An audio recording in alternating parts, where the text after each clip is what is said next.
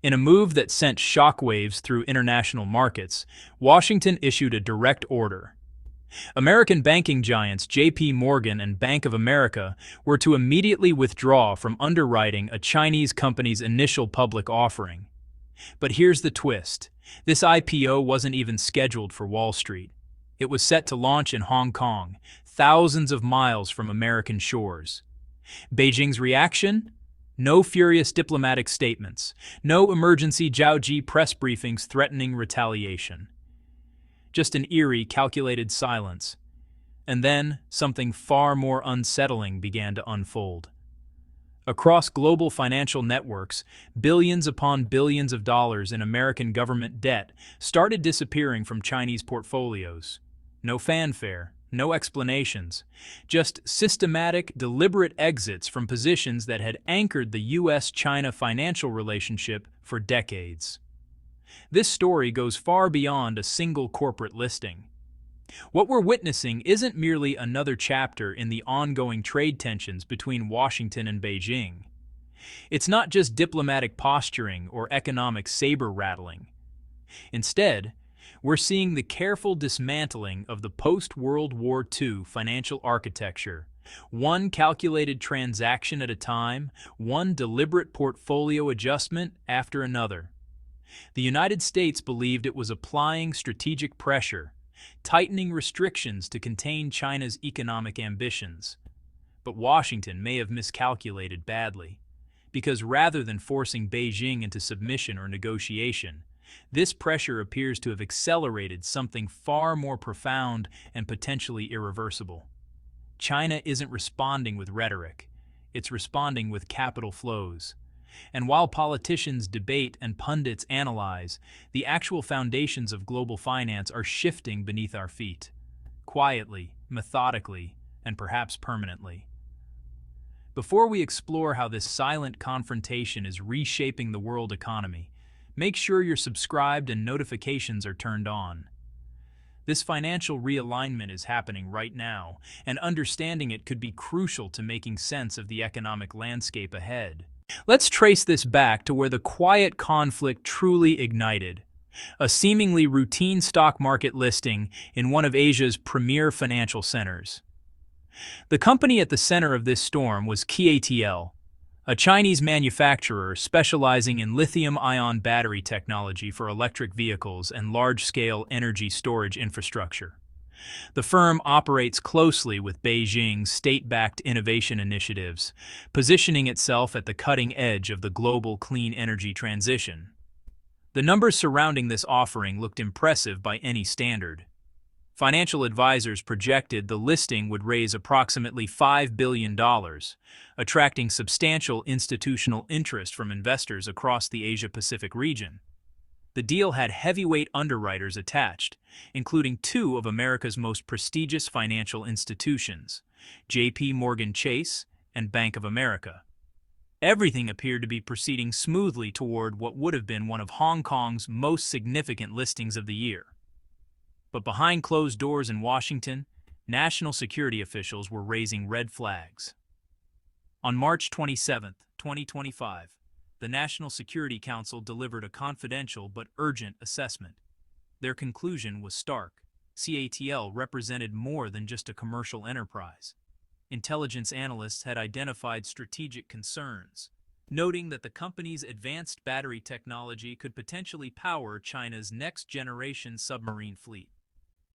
Furthermore, the manufacturer maintained connections to state-controlled research facilities focusing on dual-use technologies, innovations with both civilian and military applications. The location of the IPO suddenly became irrelevant. Yes, this was Hong Kong, not New York, but American policymakers had made a decision. U.S. financial institutions would not be permitted to facilitate capital flows to companies deemed threats to national security, regardless of where those transactions took place. Within just 48 hours of that assessment, both American banking giants abruptly severed their involvement with the deal. The decision landed like a bombshell across Asian financial markets. The consequences were swift and severe. Cattle's anticipated valuation dropped by $210 million virtually overnight. But the financial hit to one company was merely the surface impact. The real message reverberated through trading floors from Singapore to London. The United States was now willing to exercise financial leverage beyond its own territorial jurisdiction. American firms operating in international markets would be expected to align their business decisions not just with profit maximization, but with Washington's evolving geopolitical strategy. Researchers at Georgetown University's Center for Security and Emerging Technology coined a term for this approach: extraterritorial capital deterrence. It represents a new frontier in economic statecraft, using access to capital markets as a weapon, compelling financial institutions to become extensions of foreign policy regardless of where they conduct business. The implicit ultimatum was clear. If you want to remain part of the American financial ecosystem, you must follow Washington's strategic compass, even when it points away from market logic. Proponents of this intervention framed it as essential containment strategy. After all, they argued, CATL isn't simply manufacturing consumer batteries. The company is developing energy systems that will define 21st century economic and military power, from the electric vehicle revolution to advanced defense capabilities. Allowing American capital to fuel such development, they contended, would be strategically reckless. But critics immediately identified significant costs. By inserting national security considerations into private capital allocation decisions, the United States was potentially undermining the very attributes that made Wall Street globally dominant: openness, predictability, and market-driven decision-making. If American financial institutions cannot operate freely in international markets without political interference, what happens to their competitive advantage? The move also illuminated a deeper geopolitical transformation. Hong Kong, once celebrated as a neutral bridge connecting Eastern and Western capital markets, is increasingly viewed through a different lens. In Washington's assessment, the city now functions primarily as Beijing's financial extension, making it a legitimate target for U.S. pressure. By intervening in a Hong Kong listing, American policymakers effectively acknowledged that the previous rules of engagement no longer apply. The global financial system's old boundaries have dissolved. So was this a shrewd, tactical maneuver or a sign of desperation? Was Washington demonstrating strength or revealing anxiety about its diminishing control over an evolving system? One thing became undeniable. The CATL IPO transcended its commercial significance.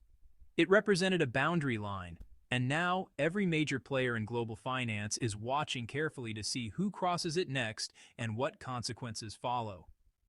Because Beijing's response, when it came, involved no speeches, no diplomatic protests, no theatrical displays of anger. China retaliated with something far more potent: systematic capital reallocation, and what happened next would quietly shake the pillars of international finance.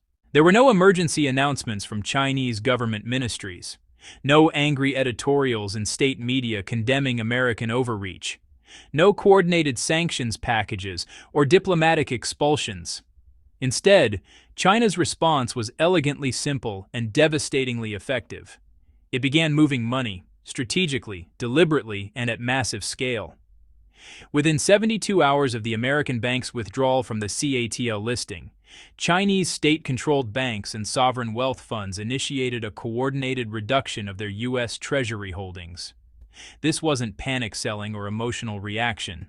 The transactions occurred quietly, methodically, spread across multiple institutions to minimize market disruption while maximizing strategic impact. According to Treasury International Capital Data, the official source tracking foreign holdings of U.S. financial assets, China reduced its Treasury positions by $78.5 billion during the first quarter of 2025 alone. This represented the sharpest single-quarter reduction since 2016, when similar tensions had flared. But the sell-off extended beyond government bonds. As of February 2025, Beijing's total exposure to American financial assets, including Treasury securities, agency bonds, Corporate debt instruments and equity holdings stood at $1.67 trillion. That figure is now declining rapidly, quarter after quarter. This wasn't an impulsive tantrum from frustrated officials. Analysis from Barclays' Global Macro Strategy team characterized it as a diversification play cloaked in diplomacy. In other words, a carefully planned strategic exit designed to reduce vulnerability while preparing for a fundamentally different financial landscape. China is pulling back, not because of panic, but because it's positioning itself for a world where dollar dependence is optional rather than mandatory. Following the money. Where is Chinese capital going? So, if Beijing is moving out of dollar-denominated assets, where exactly is this massive capital reallocation flowing? Well, Bloomberg's analysis reveals a diversification pattern focused heavily on non-dollar alternatives. Physical gold purchases by Chinese institutions have surged dramatically, with the Shanghai Gold Exchange recording its highest trading volumes in 5 years during March 2025. Gold, offers something U.S. Treasuries simply cannot: immunity from sanctions, political neutrality, and no counterparty risk. But it doesn't stop at precious metals. Chinese capital is also flowing into infrastructure bonds linked to the BRICS economic bloc and into yuan-denominated debt instruments that really strengthen Beijing's own currency ecosystem. Rather than just shifting from one foreign asset to another, China is actively building parallel financial structures, systems designed to operate independently of dollar-dominated networks. One move that's particularly noteworthy is Beijing's dramatic increase in Japanese government bond holdings. Recent data shows that Chinese institutions boosted their positions in Japan's 10-year bonds by 28% during just the first quarter of 2025. Why Japan? The answer is strategic. Japanese government securities offer liquidity and stability comparable to U.S. Treasuries, while providing a crucial non-dollar alternative. For China, this represents a reliable hedge without exposure to American political risk. What becomes clear through these moves is that Beijing isn't retreating from global finance. It's repositioning itself. China is methodically extracting itself from one system while simultaneously constructing another. And while these capital flows haven't exactly generated dramatic headlines or sparked cable news debates, they've sent tremors through Wall Street and Washington alike. The Federal Reserve is already feeling the impact. When the largest foreign holder of U.S. government debt reduces its demand, the immediate consequence is upward pressure on borrowing costs. If China continues trimming its Treasury holdings, American interest rates may rise, not because of inflation concerns or economic overheating, but simply because the nation's largest foreign creditor isn't showing up at bond auctions anymore. Higher yields translate directly into increased debt servicing costs for the federal government, tighter fiscal constraints, and reduced policy flexibility. The implications, honestly, cascade through the entire economy. Perhaps most significantly, these moves are gradually eroding confidence in the dollar's special status. The asset once universally considered the world's ultimate safe haven, U.S. government debt, suddenly appears less invulnerable than many assumed. What we're witnessing is cold, calculated financial decoupling. Not conducted through dramatic announcements or summit confrontations, but through spreadsheets, trading tickets, and portfolio rebalancing instructions. China's objective isn't to crash the existing system. Such a move would harm Chinese interests too. Instead, Beijing is methodically constructing an alternative architecture, one where Washington sits at the periphery rather than the center. And this isn't occurring in isolation. Other nations are paying close attention, taking careful notes, and in some cases, beginning to follow similar paths. The question is no longer whether alternatives to dollar dominance will emerge, but how quickly they'll mature. Now, as Beijing subtly distances itself from dollar dependence, Washington is preparing to escalate, not through tariffs or trade restrictions, but through legislation that could force American capital out of hundreds of Chinese companies and fundamentally alter financial power dynamics across Asia. Washington's legislative countermove. While China moved through quiet capital reallocation, Washington chose a more public, confrontational approach. In April 2025, the Senate Banking Committee advanced remarkably bipartisan legislation with an unambiguous message. It's time to systematically sever financial connections with China's strategically sensitive sectors. The proposed bill targets more than 220 Chinese companies designated as posing national security concerns. These firms span critical industries, defense contractors, artificial intelligence developers, biotechnology companies, and telecommunications infrastructure providers. But this legislation extends far beyond traditional national security restrictions. It's fundamentally about controlling capital flows, determining which companies can access American investment regardless of their individual conduct or compliance. According to Bloomberg Intelligence Analysis, these targeted companies collectively represent approximately $812 billion in U.S.-linked capital.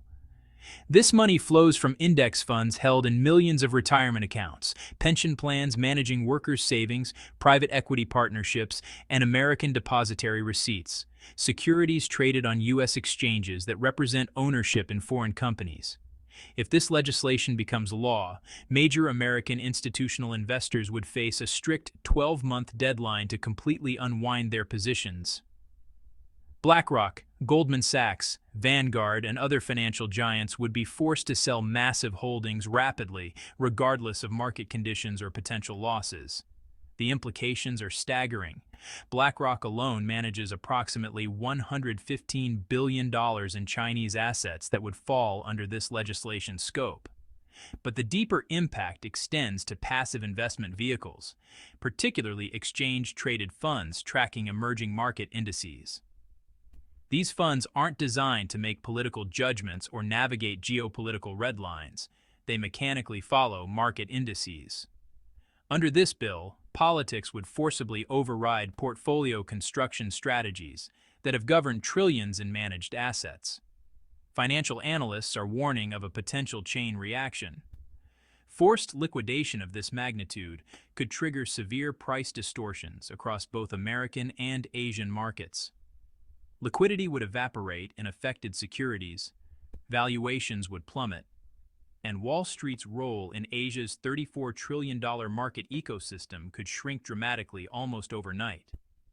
Already, whispers of voluntary delistings are circulating. Chinese companies currently traded on the New York Stock Exchange and NASDAQ are quietly exploring exit strategies. Not necessarily because they want to leave American markets, but because legal uncertainty and political risk have made continued listing untenable.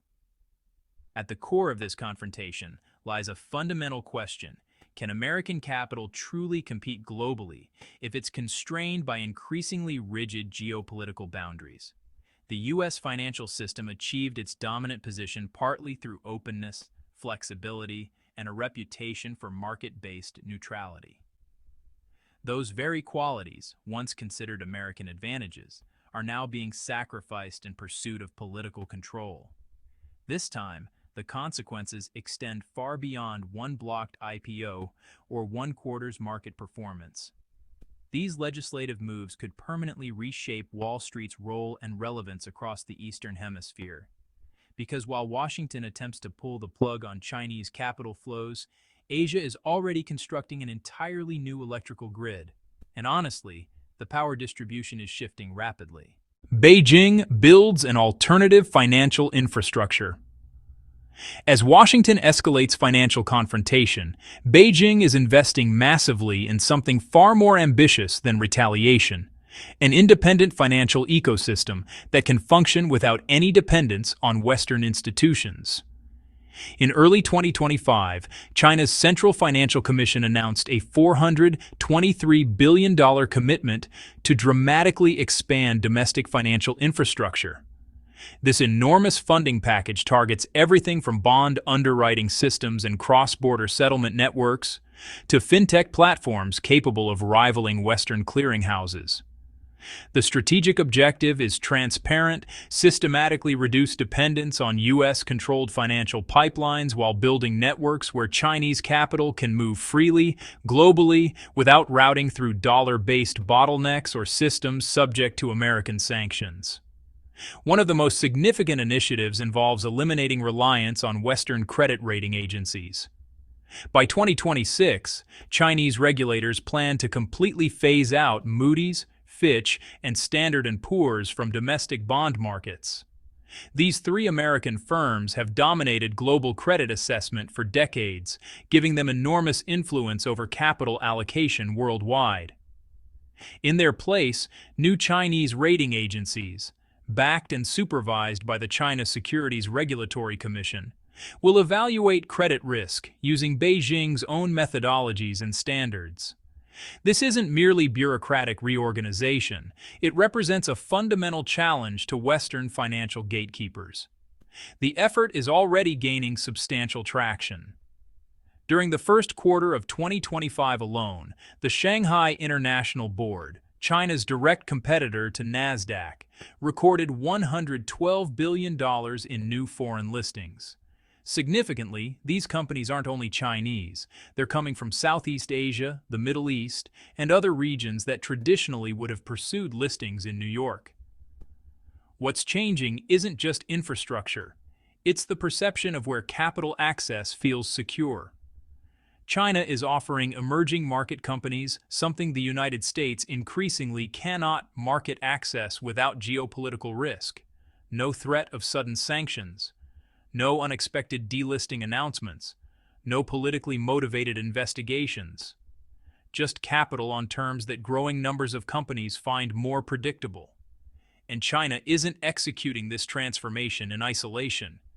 Regional banks and sovereign wealth funds across Asia and the Gulf states are actively supporting this transition, shifting equity offerings, bond deals, and listings away from New York toward Asia's rising financial centers: Shanghai, Singapore, Hong Kong, and Dubai. Daniel Rosen, a China economy expert at the Rhodium Group, framed it bluntly. Wall Street's exit isn't slowing Beijing down. It's accelerating financial localization. Significant challenges certainly remain. Capital controls still limit yuan convertibility. Regulatory frameworks lack the transparency and legal predictability that characterize mature Western markets. Corporate governance standards continue developing, but the directional trend is unmistakable. With each new listing that launches in Shanghai rather than New York, with each bond priced in yuan rather than dollars, the global financial system shifts incrementally further from dollar dependence. Because while the United States tries to freeze the game in place, China is methodically building an entirely new playing field. And more participants are choosing to join that game every day. The BRICS alternative, from political alliance to financial architecture. While the U.S. doubles down on financial pressure tactics, much of the developing world is quietly diversifying and, honestly, accelerating that process rapidly. At the center of this global realignment sits the BRICS bloc: Brazil, Russia, India, China, and South Africa, recently expanded to include several additional members. What began as a political and economic discussion forum is transforming into a parallel financial order with real operational capacity. In the first quarter of 2025, the BRICS interbank payment system processed $56.4 billion in cross-border transactions. That represents a 320% increase compared to the same period just 2 years earlier in 2023. These aren't merely symbolic numbers or pilot programs. They represent genuine commercial flows, actual trade payments, investment transfers, and financial settlements occurring outside the SWIFT network and without touching the US dollar.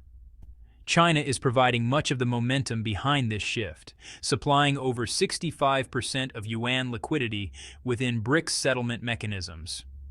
But other major economies are actively participating. In April, Saudi Arabia issued a $4 billion bond priced entirely in Chinese yuan. The offering was oversubscribed fourfold, with enthusiastic demand from investors in India, Brazil, Egypt, and beyond. This wasn't a political gesture or experimental transaction. It was a major sovereign bond issue, successfully executed without any dollar involvement. The signal sent to global markets was unmistakable. Dollar dominance is no longer a prerequisite for raising capital in international markets. Meanwhile, according to International Monetary Fund data, the US dollar's share of global foreign exchange reserves has declined to 57.4%, the lowest level recorded in 28 years. The dollar remains dominant, certainly, but the erosion is no longer marginal or temporary. It's structural and accelerating. The message reaching emerging market governments is increasingly clear. You no longer require Wall Street's approval to access international liquidity or launch sovereign debt offerings. Alternatives exist and are maturing rapidly. This isn't merely prudent diversification. For many nations, it's an escape strategy, building financial lifeboats before the next wave of U.S. sanctions potentially strikes their economies. And with each yuan-priced bond, each BRICS transaction that bypasses SWIFT, each percentage point decline in dollar reserve holdings, one question grows louder. Is the dollar still the world's default currency, or has it become simply one option among several? Wall Street assumed it had time. That dollar dominance was so entrenched that challenges would take decades to materialize. But this competition isn't about absolute size anymore. It's about speed, adaptability, and which system can best serve the changing needs of a multipolar world economy.